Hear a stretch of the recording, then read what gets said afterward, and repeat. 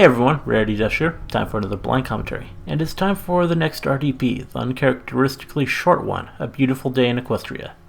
Now this one, in addition to being less than half as long as most of the other episodes, is also unique in that the fanfic which inspired it was one written by the series creator himself, instead of someone else, which is interesting. Like always, I went ahead and read the fanfic. It was interesting, but to me to be entirely upfront, I didn't exactly care for it. Now, I didn't hate it like Bubbles or Rainbow Factory. It did not make me angry. I just came away from it kind of apathetic about the whole thing, and a lot of it boils down to the fact that it's not really much of a story. I know it's supposed to be a deconstruction of ship fix, but the narrative really takes a back seat for the whole deconstruction. Most of the story is just the author narrating what the state of things is. We're told that the characters feel certain ways or don't feel certain ways, but we're not really shown much of anything. It's making these points about how forced and hollow some ship fix are, but it seems fairly hollow itself. There's not really anything here to engage.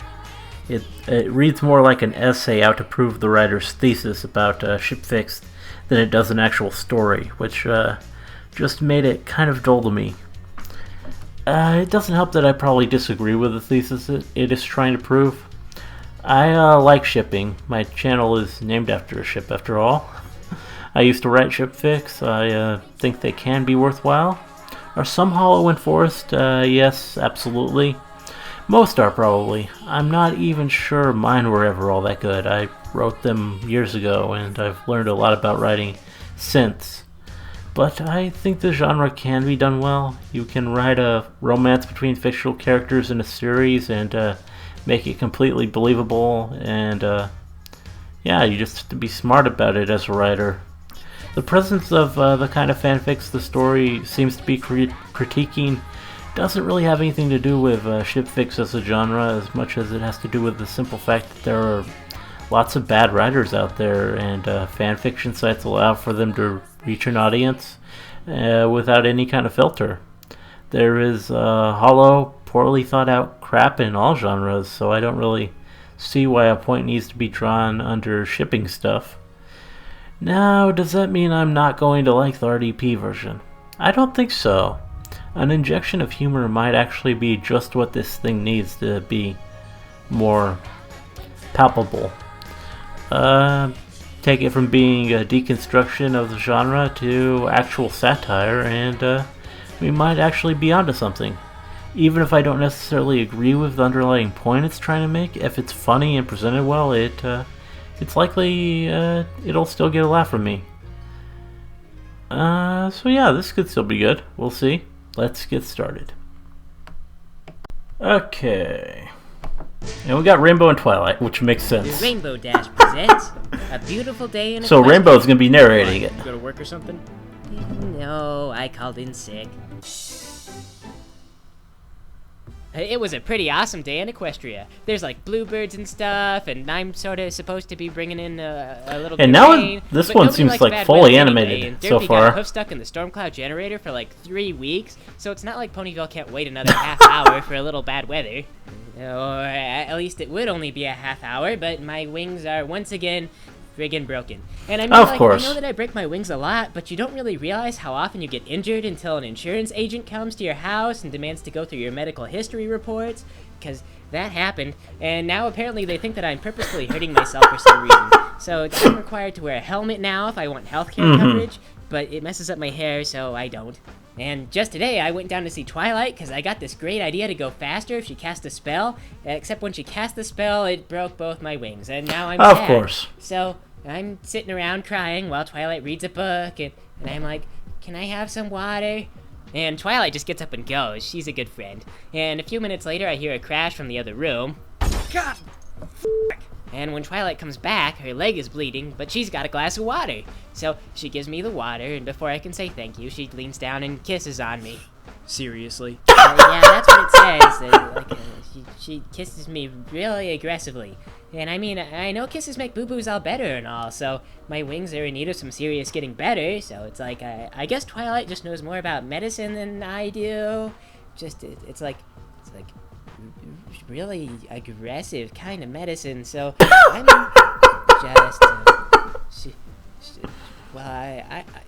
I'm probably gonna get better really quick after this. That face. So, thankfully, the doctors arrive and take Dash away. They haul me off in a stretcher, leaving behind a very guilty-feeling Twilight, who goes back to her house to... okay. Twilight runs out of the house to take a very guilty-feeling lap around the yard. Okay. She takes a guilty run down the streets.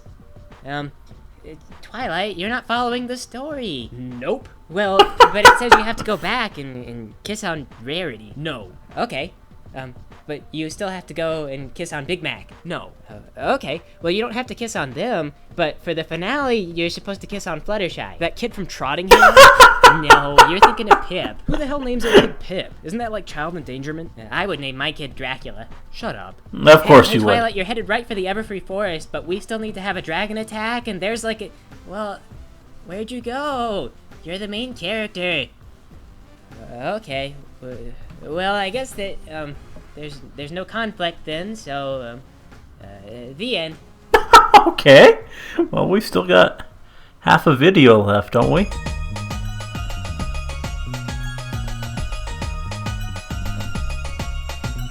Hey, hello there, Auburn lady. I was thinking you would might you like to be my baby? It's okay, I'm fine with waiting, Okay. but if you are feeling sour, Interesting song here. use some flowers, there's no point in being dour. You and I can pass the hours, we could play a game together outside in the lovely weather. I don't mind, my time's not tethered, by your side until you're better.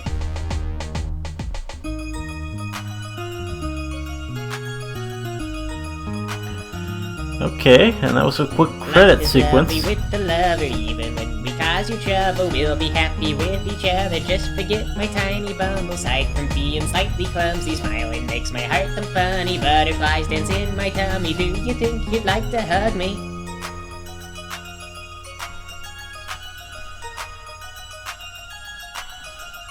I presume that you're so pretty, I can't stop but acting silly. Everything you do is thrilling. Hark to you, my heart is willing. Let's go on a fun adventure. I'm an up and go getter. Roam around and freeform till there never be a moment bitter. Okay, and yeah, there is still something to it. Oh wow. Wet mane Twilight. Always a good thing to see.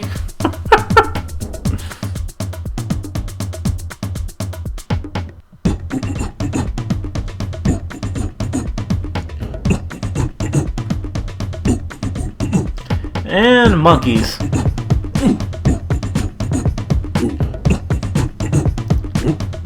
Not sure why there are monkeys, but... Yeah!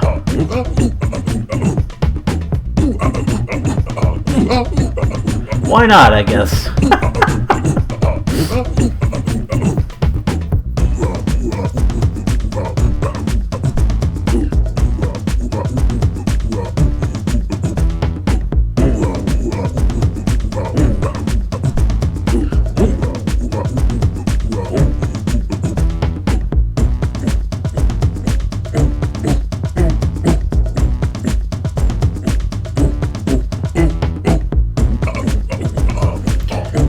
Yeah!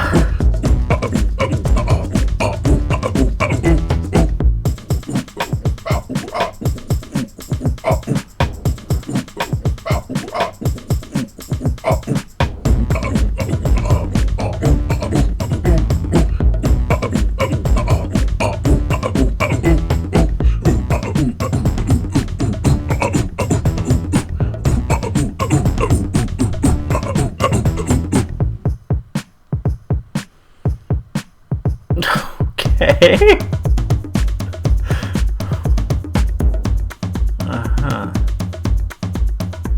Banana.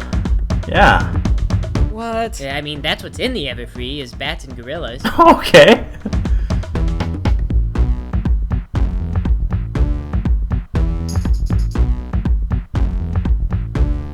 Bats and gorillas.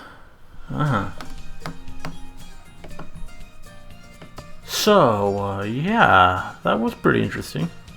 I saw the runtime was 6.5 minutes, but I really didn't think it was going to be just 3 minutes spent on the story with a minute of credits and then 2.5 minutes spent partying with monkeys. But, yeah, I think my little critique of the fig might have went on longer than the actual story section of the episode. Well, this was short. It was definitely pretty entertaining. A funny spin on the fanfic for sure. Twilight's reaction to the whole thing was pretty priceless. She was just wasn't having any of it. Rainbow, meanwhile, was her usual enjoyable self back in the narrator role. Also, due to the shorter length, I guess this one was able to essentially be fully animated, which was nice to see. The art on RDP is always really cute, and it looks great when it's in full motion. So yeah, despite what I might have felt about the fanfic, I had no problems with the RDP.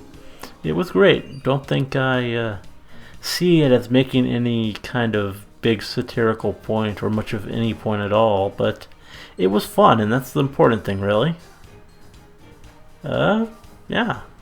Anyway, next time we return to the series, it will be for another full-length one. My Little Dashie, which should be interesting. A well-known story, which I have, to this point, stayed away from. Guess I'm gonna have to read it. Anyway, hope you liked the commentary. Let me know if you did, and see you in the next one.